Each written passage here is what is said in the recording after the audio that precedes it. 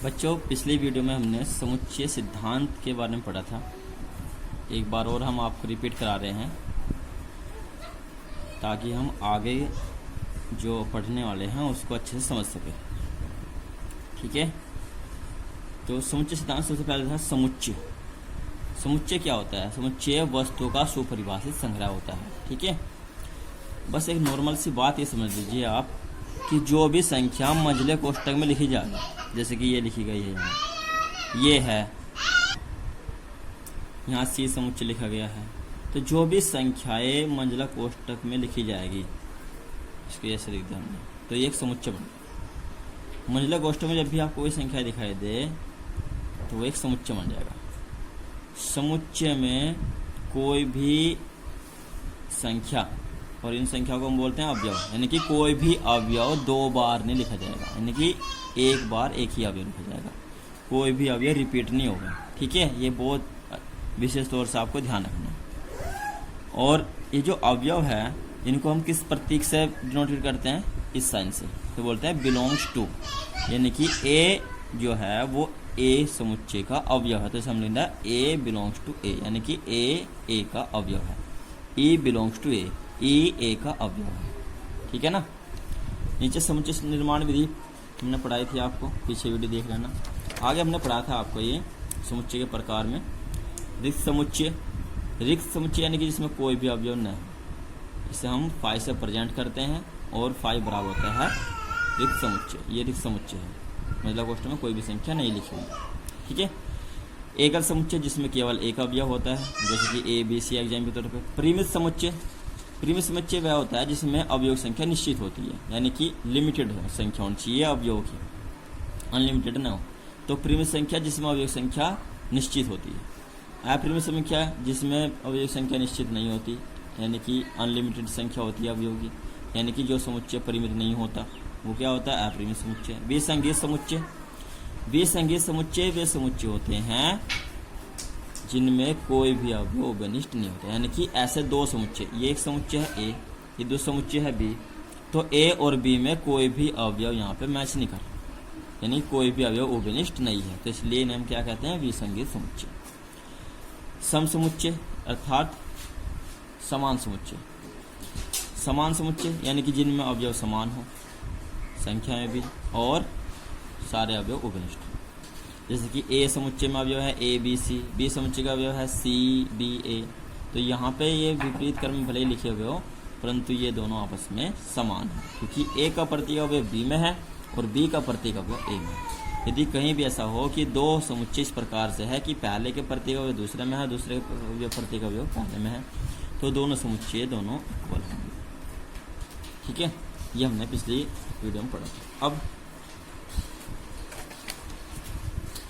जैसे कि हमने बताया कि जो भी संख्या मंझला कोष्ठक में आपको लिखी हुई दिखाई देगी या आप कोई भी संख्या मंझला कोष्ठक में दर्शाते हैं लिख करके, तो वो एक समुच्चय बनता है। ठीक है, बस नॉर्मल सी बात है। अब हम पढ़ेंगे उप समुच्चय को। जैसे कि नाम से पता है, एक तो राष्ट्रपति और एक होता है उपराष्ट्रपति। तो उपराष्ट्रपति छोटा होता है राष्ट्रपति से, तो इसी प्रकार समुच्चय, और एक होता है उप समुच्चय। तो उप समुच्चय क्या होता है? सुपर करो ए और बी दो समुच्चय, ए और बी दो समुच्चय, और ए का प्रतीक अवयव बी में है, तो उसे हम क्या कहेंगे? उप समुच्चय कहेंगे। जैसे यदि समुच्चय ए का प्रत्येक अवयव समुच्चय बी में है, समुच्चय बी में है, समुच्चय ए का प्रतीक अवयव बी में है, तो ए जो है वो उप समुच्चय होता है बी का। ये उप समुच्चय का चिन्ह है, इसे हम पढ़ेंगे ए उप समुच्चय है बी का। ठीक है, ए उप समुच्चय है बी का, तो ए उप समुच्चय बी होता है। ए जो है बी का उप समुच्चय होता है। जैसे सपोज करो ए बराबर है एक समुच्चय 1 2 3, एक ही अवयव है 1 2 3, और बी कोई समुच्चय है, इसका अवयव है 1 2 3 4। तो यहाँ पर देखो एक प्रत्येक अवयव बी में है, यानी कि ए में है 1 2 3, 3 अवयव है, इसमें 1 2 3 भी है, इससे कुछ ज़्यादा भी है। तो ए का प्रत्येक अवयव क्या होता है, का प्रत्येक किस में है, बी में है, इसलिए ए को हम क्या कहेंगे, बी का उप समुच्चय कहेंगे। ठीक है, और इसे कैसे प्रेजेंट करेंगे, ए उप समुच्चय है बी का। ठीक है, यहाँ ए उप समुच्चय है बी का। दूसरा होता है अब उप समुच्चयों की संख्या, किसी समुच्चय के उप समुच्चयों की संख्या, किसी समुच्चय के उप समुच्चय, किसी समुच्चय के उप समुच्चय कैसे लिखते हैं। सपोज करो हमने मान लिया, जैसे एग्जाम्पल दे रहे हैं, माना ए कोई समुच्चय है जिसके अवयव है ए बी सी, ये 3 अवयव है, और हमें समुच्चय ए के, ए क्या है, एक समुच्चय है, और इस समुच्चय ए के उप समुच्चय लिखने हैं। क्या लिखना है, उप समुच्चय। तो क्या लिखेंगे, ए के उप समुच्चय। अब उप समुच्चय क्या होते हैं, उप समुच्चय जो होंगे वो इससे छोटे होंगे। ठीक है, यानी कि किसी भी अवयव से उससे अवयव छोटा या बराबर भी हो सकता है। और रिक्त समुच्चय जो होता है वो प्रत्येक समुच्चय का उप समुच्चय होता है। ध्यान रखना, रिक्त समुच्चय प्रत्येक समुच्चय का उप समुच्चय होता है। तो ए के उप समुच्चय,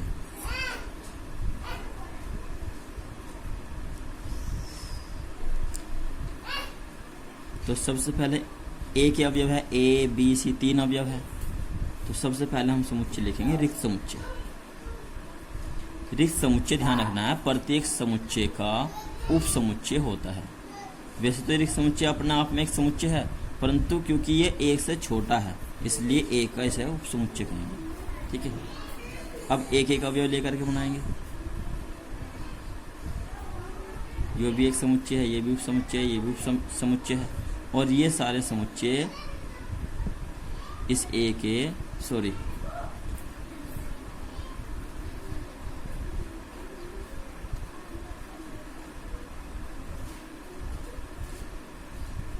ए बी सी, अब दो अवयव लेकर के बनाएंगे। ए बी समुच्चय बी सी, इसके अवयव है, एक समुच्चय यह है सी ए, इसके अवयव है, और एक समुच्चय है ए बी सी। ये जितने भी समुच्चय हमने यहाँ लिखे हैं ये सारे के सारे समुच्चय इस ए के उप समुच्चय हैं। क्यों है, क्योंकि हमने अभी ऊपर आपको बताया कि उप समुच्चय क्या होता है। उप समुच्चय जो भी होगा वो अपने यानी कि जितने भी उसमें अवयव है वे अवयव सारे किसी और समुच्चय में मिलेंगे। तो यहाँ पे ये जो भी समुच्चय हमने लिखे हुए हैं ये सारे ए के उप समुच्चय हैं। देखो यहाँ पे कोई भी अवयव नहीं है, तो हम कह सकते हैं कि इस समुच्चय का प्रत्येक अवयव ए में है। यहाँ पे इस समुच्चय का अवयव ए है, तो इसका प्रत्येक अवयव कहाँ है, ए में है। तो ये जो समुच्चय है ये ए का उप समुच्चय, ये सारे ही ए के उप समुच्चय हैं, क्योंकि इन सभी समुच्चय का प्रत्येक अवयव ए में है। ठीक है, और ए बी सी जो कि इस समुच्चय के ही बराबर है, ये भी समुच्चय ए का उप समुच्चय। तो यहाँ से दो बात कन्फर्म होती है कि रिक्त समुच्चय प्रत्येक समुच्चय का उप समुच्चय होता है, और प्रत्येक समुच्चय यानी कि देखो यहाँ पे ये इक्वल है इसके, यानी कि स्वयं ए ही है, तो प्रत्येक समुच्चय स्वयं का भी उप समुच्चय होता है। तो यहाँ से दो बात नोट करनी है आपको, रिक्त समुच्चय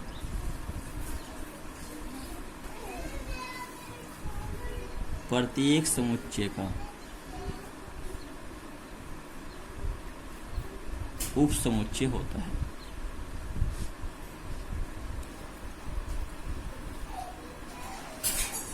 ठीक है, रिक्त समुच्चय प्रत्येक समुच्चय का उप समुच्चय होता है।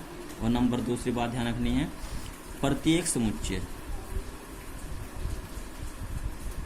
स्वयं का उप समुच्चय होता है।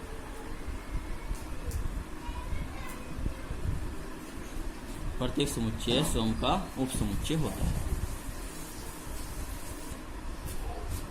अब आते हैं उचित उपसमुच्चय पर। नंबर 1 उपसमुच्चय, फिर किसी उपसमुच्चय के उपसमुच्चय। अब किसी समुच्चय के उपसमुच्चयों की संख्या पर, किसी समुच्चय के कोई भी समुच्चय है तो उसके उपसमुच्चय कितने हो सकते हैं। जैसे कि यहाँ पे ये समुच्चय था, ये इसके अवयव है 3, ए बी सी, ये 3 अवयव है। तो इसके उपसमुच्चय कितने बने, 1 2 3 4 5 6 7 8 बने। तो हम इनका मतलब कोई फॉर्मूला है लिखेंगे, एक फॉर्मूला होता है इसका कि किसी समुच्चय में जितने अवयव है उसके उपसमुच्चय किस प्रकार से निकालेंगे। तो जितने उसमें अवयव होते हैं उन्हें हम 2 की घात में लिख देंगे। यहाँ जैसे कि यहाँ पे एक है अवयव 3 है, तो 2 की घात 3, 2 घात 3 यानी कि 2 गुणा 2 गुणा 2 कितना आएगा, 8 आएगा। तो ए के उपसमुच्चय की संख्या कितनी हो गई, 8 हो गई। ठीक है, तो किसी समुच्चय के उपसमुच्चयों की संख्या, उपसमुच्चयों की संख्या बराबर होती है 2 की घात n। ये ध्यान रखना है कि समुच्चय के उपसमुच्चय की संख्या कितनी होती है, 2 की घात n। नंबर 3। और n क्या है, n है उस समुच्चय में अवयवों की संख्या। n क्या है, समुच्चय में अवयवों की संख्या।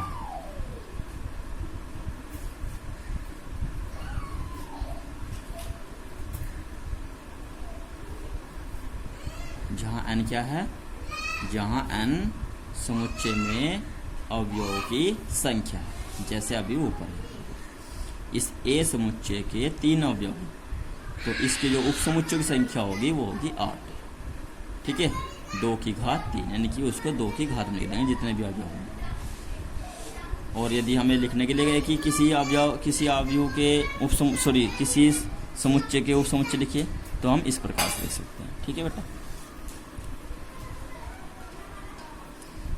उचित उपसमुच्चय, उचित उपसमुच्चय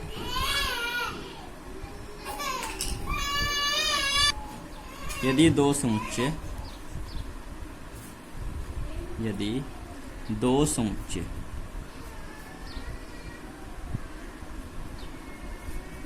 ए व बी इस प्रकार है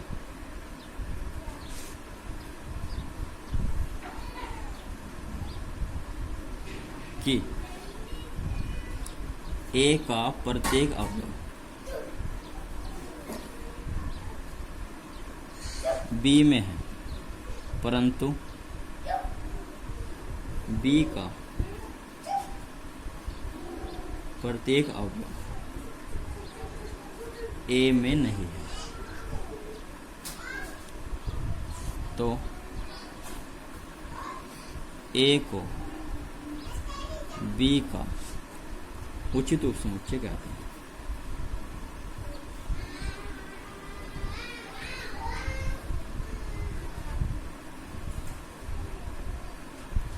तो ए को बी का उचित उपसमुच्चय कहते हैं। इसे लिखते कैसे हैं, इसे हम लिखेंगे ए उचित उपसमुच्चय है बी का। यहाँ जो इक्वल का चिन्ह यहाँ पे दिखा हुआ है, आपको दिखाई दे रहे हैं उपसमुच्चय, यहाँ पे हमने कैसे प्रेजेंट किया, ए उपसमुच्चय है बी का, यानी कि ये चिन्ह आकर के नीचे बराबर का चिन्ह आया और यहाँ इक्वल का चिन्ह नहीं है। तो इसका अर्थ ये होगा, जैसे कि यहाँ पे देखो, ये एक समुच्चय है ए बराबर इसके अवयव है ए बी सी, और हमने इसके उपसमुच्चय लिखे थे। तो जो इसके उपसमुच्चय लिखे थे, तो शुरू में हमने जो है यहाँ से रिक्त समुच्चय से स्टार्टिंग करते हुए पहले एक अवयव लिए, फिर 2 फिर इसके सारे के सारे अवयव लिए 3 के 3। तो यानी कि ये तो इसको हम यहाँ से पढ़ रहे हैं कि ए का प्रत्येक अवयव बी में है उचित उपसमुच्चय में, परंतु बी का प्रत्येक अवयव ए में नहीं है। जैसे कि यहाँ पे 1 2 3 अवयव है, तो यहाँ भी 1 2 3 तीनों अवयव है ए बी सी, है कि नहीं है। तो ये तो इसका उपसमुच्चय है, परंतु ये इसे उचित उपसमुच्चय नहीं कहेंगे इसे, क्योंकि ए का प्रत्येक अवयव इसमें है और इसका प्रत्येक अवयव इसमें है, तो ये तो होगा उपसमुच्चय। यदि इसमें कोई, जैसे कि यहाँ पे एग्जाम्पल हमने लिखा है ए बराबर 1 2 3 बी बराबर 1 2 3 4, तो यहाँ से हम कह सकते हैं कि ए का प्रत्येक अवयव बी में है, परंतु बी का प्रत्येक अवयव ए में नहीं है। इसलिए बी को सॉरी, इसलिए हम ए को बी का क्या कहते हैं, उपसमुच्चय, और इसे हम उचित उपसमुच्चय भी कह सकते हैं। यानी कि जो उचित उपसमुच्चय है वो उपसमुच्चय भी है, ठीक है ना।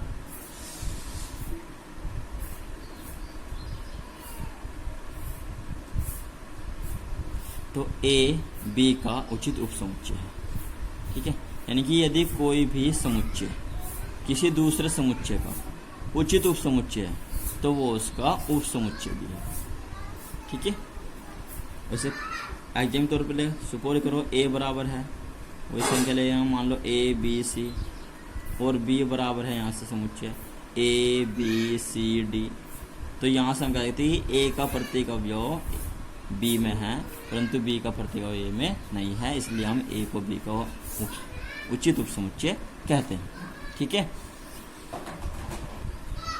अब यदि हमें किसी भी समुच्चय के उचित उपसमुच्चय की संख्या निकालनी हो, जैसे कि यहाँ पे नंबर 3 में हमने लिखा था, किसी समुच्चय के उपसमुच्चयों की संख्या कैसे निकालते हैं, 2 की घात n करके। यानी n क्या है, उस समुच्चय में अवयव की संख्या है। जैसे कि यहाँ पे 3 समुच्चय, इसमें अवयव संख्या 3 है, 2 की घात 3 कर दिया, उपसमुच्चय संख्या आ गई 8। उचित उपसमुच्चय संख्या कैसे निकालेंगे, किसी समुच्चय के उचित उपसमुच्चय संख्या में हम कैसे निकालेंगे, यहाँ पे जो 2 की घात n है इसमें से 2 माइनस कर देंगे। कितना माइनस कर देंगे, 2।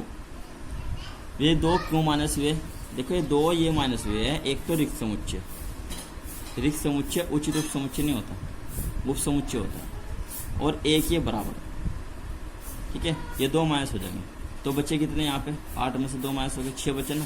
तो जैसे कि अगर यहाँ से हिसाब लगाया कि इसकी घात यहाँ पे सॉरी इसके अवयव 3 है, इस समुच्चय का अवयव 3 है, तो 2 की घात 3 ने की 8। अब इसमें यदि हम 2 माइनस कर दें तो कितना बचेंगे, 6।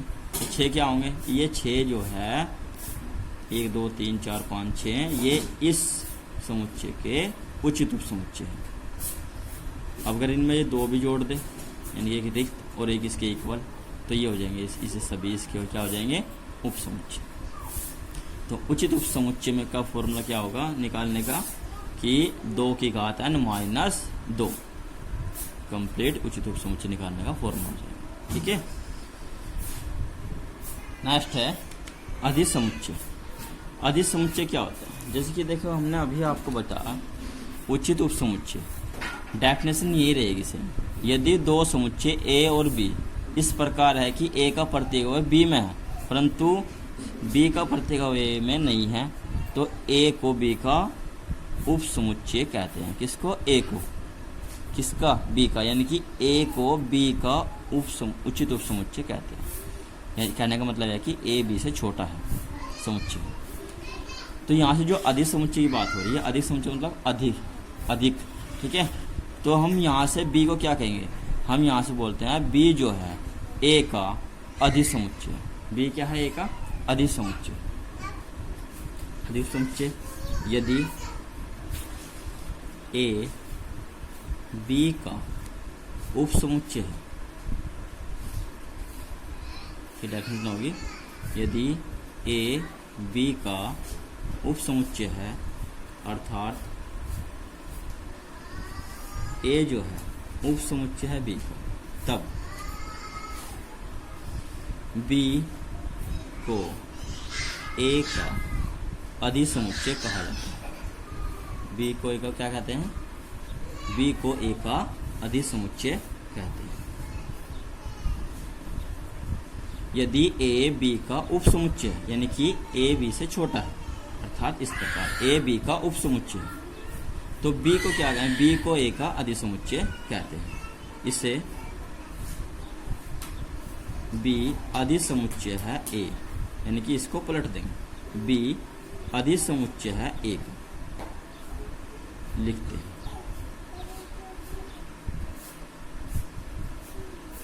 इससे प्रेजेंट करते हैं, ठीक है। और इसे पढ़ते हैं बी अधिसमुच्चय है ए का।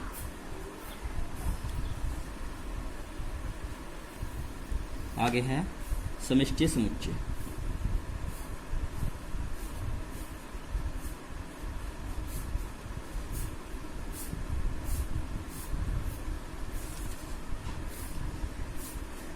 दिए गए समुच्चय के संदर्भ में यानी कि जो भी समुच्चय हमें दिए हुए हैं, ठीक है, दिए गए समुच्चय के संदर्भ में एक ऐसा समुच्चय जो विचारणीय समुच्चय के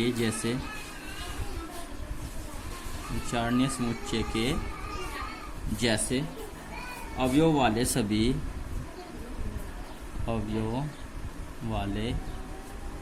सभी समुच्चयों का अधिसमुच्चय हो, सभी समुच्चयों का अधिसमुच्चय हो।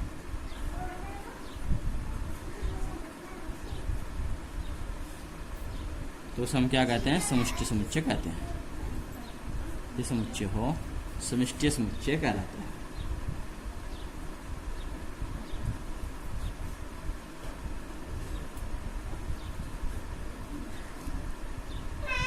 इसे कैपिटल यू से प्रदर्शित करते हैं।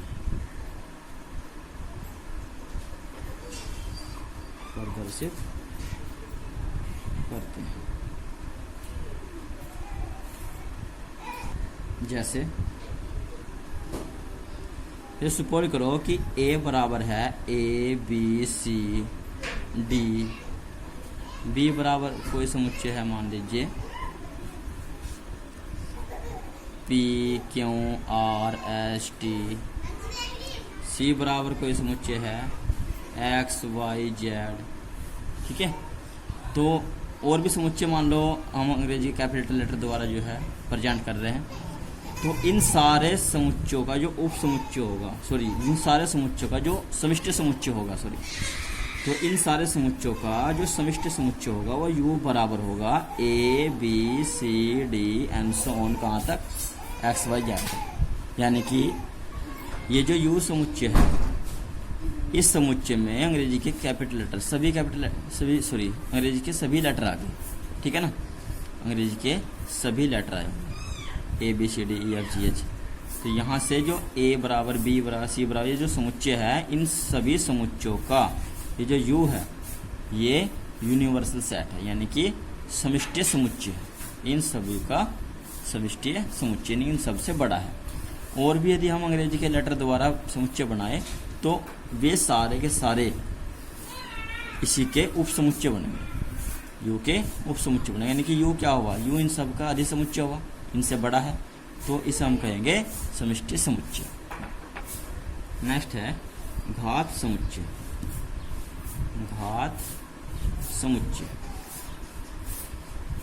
किसी समुच्चय A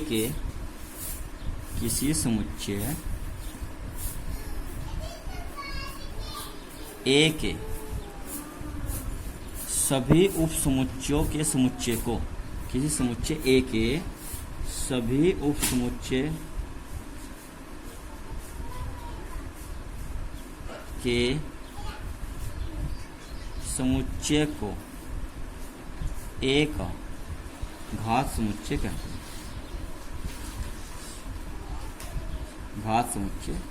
हैं। इसे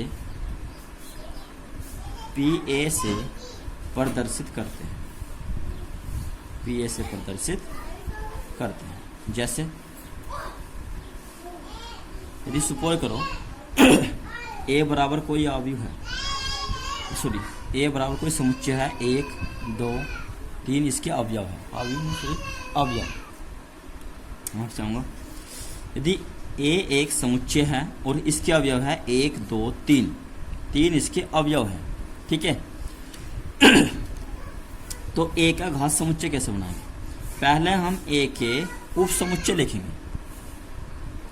तो A के जो उप समुच्चय होंगे उनका जो समुच्चय बनेगा उसे हम घात समुच्चय कहेंगे। तो सबसे पहले हम लिखेंगे A के उप समुच्चय, और A के उप समुच्चय के यहाँ से स्टार्टिंग होगी रिक्त समुच्चय से। पहले रिक्त, फिर एकल,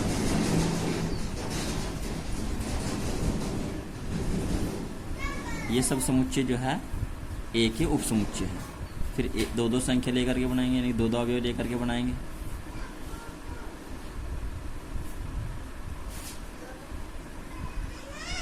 तो ये हमने ए के उप समुच्चय लिखे। अब घात समुच्चय क्या होता है, डेफिनेशन पढ़िए। किसी समुच्चय ए के सभी उप समुच्चयों के समुच्चय को ए का घात समुच्चय कहते हैं। यानी कि ए के जो सभी उप समुच्चय हमने लिखे हुए हैं, इनका जो समुच्चय बनेगा, यानी कि इन सब को इसमें ब्रैकेट बंद करेंगे हम मंझला कोष्ठक में, तो वो सब वो क्या होगा, वो इसका घात समुच्चय होगा। तो यहाँ लिखेंगे घात समुच्चय, ए का घात समुच्चय हो जाएगा। अब ये जितने भी ए के उप समुच्चय है, इनको हम कहाँ लिखेंगे, मंझला कोष्ठक में। तो कहने का अर्थ ये हुआ कि जो घात समुच्चय होता है उस समुच्चयों का समुच्चय होता है, समुच्चयों का भी समुच्चय होता है, यानी किसी समुच्चय के उप समुच्चयों का समुच्चय होता है घात समुच्चय। ये तो होगा हमारे सभी समुच्चय जो एक उप समुच्चय है, और इनका सबका जो समुच्चय होगा वो होगा घात समुच्चय। ठीक है बच्चों, आज की वीडियो में इतना ही। नेक्स्ट वीडियो में हम एक्सरसाइज करने लगेंगे।